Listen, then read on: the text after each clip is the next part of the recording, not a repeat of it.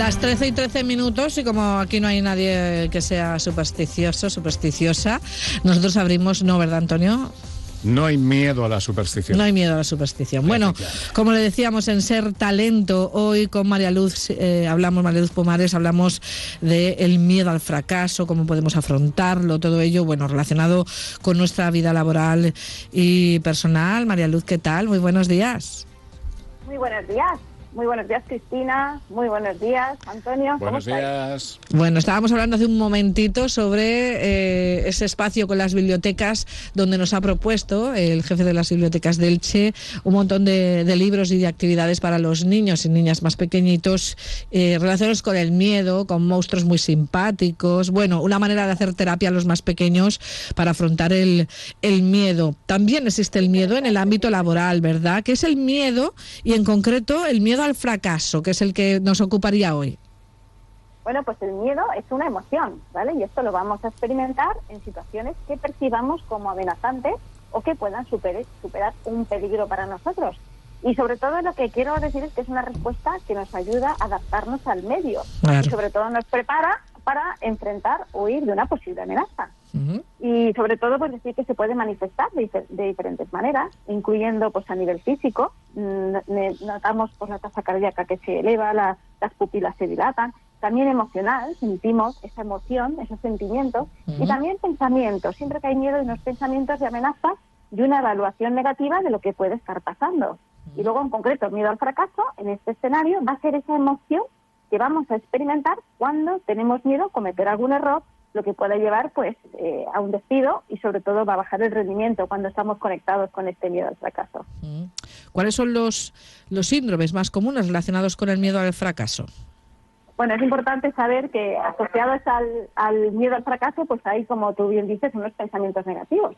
Por ejemplo, el síndrome del impostor, que es un sentimiento de que no nos merecemos lo que estamos percibiendo. Pues esto nos puede llevar a autosabotearnos y a no valorarnos lo suficiente, con lo cual, pues evidentemente va a bajar nuestro rendimiento. Uh-huh. También está el síndrome de evitación. Dícese, pues vamos a evitar exponernos a esas cosas, a esos desafíos, de nuevos retos, precisamente por miedo a no estar a la altura. Luego también pues aparecen, pues mira, la ansiedad anticipatoria, que es cuando no queremos, empezamos ya a ver cosas que van a pasar negativas. Uh-huh. Hay quien conecta con el perfeccionismo, por ejemplo, se ponen unos estándares de calidad tan sumamente altos que tienen angustia porque nunca van a llegar. Uh-huh. Y luego también pues miedo al análisis, por ejemplo, mucha gente se abruma a la hora de tomar decisiones y luego también nos comparamos con otros. Si otros tienen éxito, pues tenemos miedo y nos evaluamos como poco adecuados. Entonces, todos estos síndromes que llamamos pensamientos negativos van muy parejos cuando tenemos miedo a fracasar. Está la procrastinación, ¿no?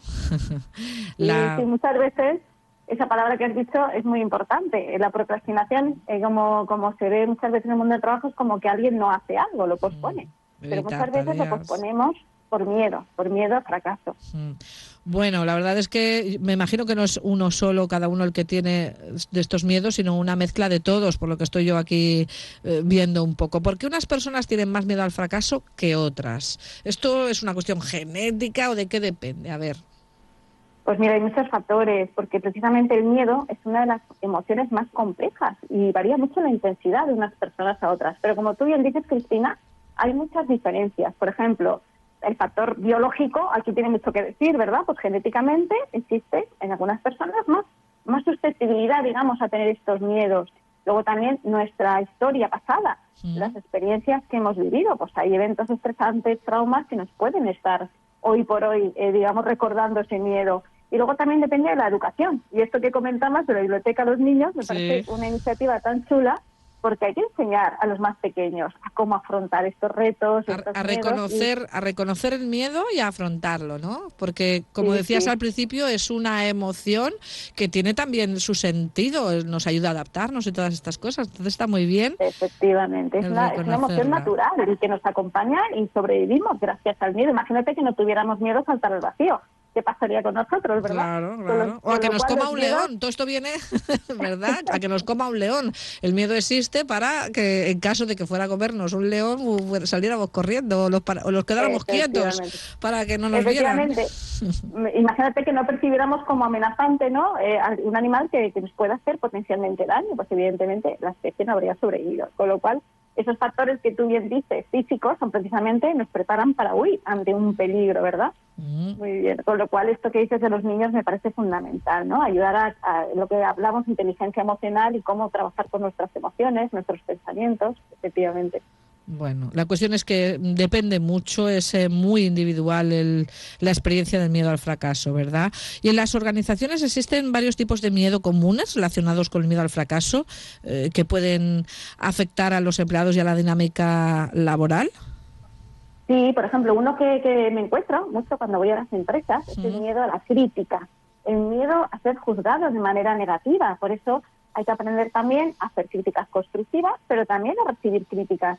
Porque, por ejemplo, el miedo a no ser competentes, los empleados pues pueden temer no estar a la altura. Y en ese caso, pues el miedo a no tener esas habilidades para realizar sus tareas, pues les hacen conectar también con el bajo rendimiento. Con lo cual también aprendamos a hacer críticas constructivas. También llevemos cuidado con la sobrecarga de trabajo, porque una presión constante y esa sensación de que no llego también nos puede hacer conectar con miedo al fracaso. Y sobre todo, pues cuando no reconocemos o no damos un feedback adecuado, esa falta de saber si lo hago bien o lo hago mal, pues puede llevar a sentirse desvalorizado. Y muchas veces se dice, pues a la gente ya le pago por hacer bien el trabajo, pero es importante comunicar cómo lo están haciendo, ya que el ser humano necesitamos todos saber si vamos por buen camino o no, y necesitamos ese reconocimiento también, pues evitar esos posibles miedos a no cumplir. Y de hecho, pues llegamos al trabajo con ganas de hacerlo bien, con lo cual críticas constructivas y reconocer el trabajo bien hecho. ¿Y estos miedos que afectan a las personas, a los empleados, puede afectar a la productividad y al bienestar en general de los empleados en una organización? ¿Puede llegar a afectar a lo que es la empresa? Pues sí, digamos que las empresas donde todavía hay una cultura orientada al miedo, ¿no? El trabajador tiene que sentir miedo, miedo al despido, miedo a no tener un ascenso. Cuando conectamos con el miedo, pues el nivel de tensión aumenta. Está más que evaluado en psicología que un nivel de tensión medio nos hace ser productivos, pero si ya el nivel de tensión es muy elevado, que el miedo o un miedo intenso nos puede llevar a tener esa sensación, pues va a hacer que, pues evidentemente, vamos a tener más mermas en el trabajo y no sentimos que el trabajo es seguro, que es equitativo y que es motivador. Con lo cual, el miedo en exceso pues nos va a hacer que ya dejemos de ser productivos, con lo cual la dirección y la organización puede hacer mucho para crear estos espacios de trabajo con un nivel de tensión medio, de productividad, pero también motivador. Y como has comentado y como estábamos diciendo, el miedo es una emoción que tiene funciones muy buenas y como decíamos, es una respuesta natural que puede ayudar a protegernos de situaciones peligrosas, como estábamos comentando. Entonces, el miedo es necesario y puede ser útil también en un entorno laboral, ¿no? ¿O cómo funcionaría en este caso? Claro, imagínate, pues en el mundo laboral, si algo tengamos miedo, digamos que eso es una bandera roja que me hace despertar. ¿Por qué tengo miedo? Vamos a analizar. Quizá me hace falta desarrollar una competencia que no tengo para poder ser exitoso en el trabajo. Digamos que la respuesta de miedo puede ser adaptativa y si tengo miedo, evaluemos por qué. Quizás tenga algo que aprender, necesito una nueva herramienta. Y esto, si aprendemos del miedo, lo que haremos será poner medidas para poder afrontar los nuevos retos. Con lo cual, sí o sí, el miedo es natural, es adaptativo y cuando lo sintamos tenemos que evaluarlo. Ahora, si tenemos alta motivación y alta competencia, digamos que el miedo ahí es desadaptativo. ¿Por qué tengo miedo? Si esto lo controlo, lo sé hacer y encima estoy motivado. Ahí digamos que tendríamos que trabajar para reducir esa respuesta al miedo, que sería en ese caso desadaptativa. Y entonces pues aprendamos y podemos trabajar sobre ello. Porque el exceso de miedo o el miedo crónico puede afectar a la salud mental, ¿no?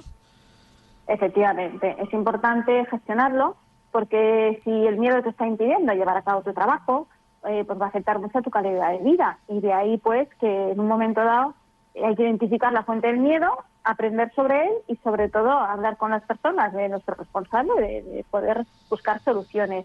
Y sobre todo, pues si en un momento dado hemos estado expuestos a situaciones muy estresantes durante mucho tiempo, puede ser que la respuesta a la ansiedad se nos ha disparado y tenemos que trabajar ahí pues técnicas de relajación y enfrentarnos poquito a poco a esa situación de vida hasta que consigamos por fin ser capaces de que ese miedo tenerlo controlado, ¿verdad? El miedo es adaptativo, pero el exceso del miedo pues ya se vuelve disfuncional y si nos merma en la calidad de trabajo, calidad de vida, pues imagínate, ¿no? Sería un momento para buscar ayuda. Bueno, vamos a recapitular. Danos algunos consejos para, a modo de resumen, afrontar el miedo al fracaso, podríamos llamarlo así en general. Bueno, pues recordar que es una emoción natural, que de alguna manera hay que aprender a manejarlo y de ahí que los más pequeños en las escuelas ya se está trabajando cómo trabajar las emociones, reconocerlas, el autoconocimiento, el autocuidado, pero sobre todo para los que ya estamos sujetos a nuevos retos y quizás podamos tener alguno de estos síndromes. Primero, establecer metas claras, metas realistas, alcanzables, específicas. Y luego, sobre todo, si detectamos un temor porque nos falta alguna competencia, vayamos a aprenderla. Yo creo que es importante aprender que cuando algo me da miedo es una oportunidad de aprendizaje. ¿Por qué me da miedo? En vez de dar la espalda al miedo, miremoslo de frente, que es una oportunidad para mejorar una competencia y salir airoso ante un nuevo reto. Y sobre todo, vamos a enfocarnos en aquello que sí podemos controlar, no en aquello que no podemos controlar. Y yo creo que también muy importante, junto, y esto ya a los mandos intermedios y a los líderes de las empresas, consejo, celebrar los logros con vuestros equipos cada vez que vayan superando etapas, porque una de las funciones de un mando intermedio precisamente es motivar, guiar, dirigir y celebrar los logros cuando nuestros colaboradores estén realizando un gran trabajo. Con lo cual, pues nada, mucho ánimo y aprender habilidades y superar nuevas etapas para no estancarnos. Claro que sí.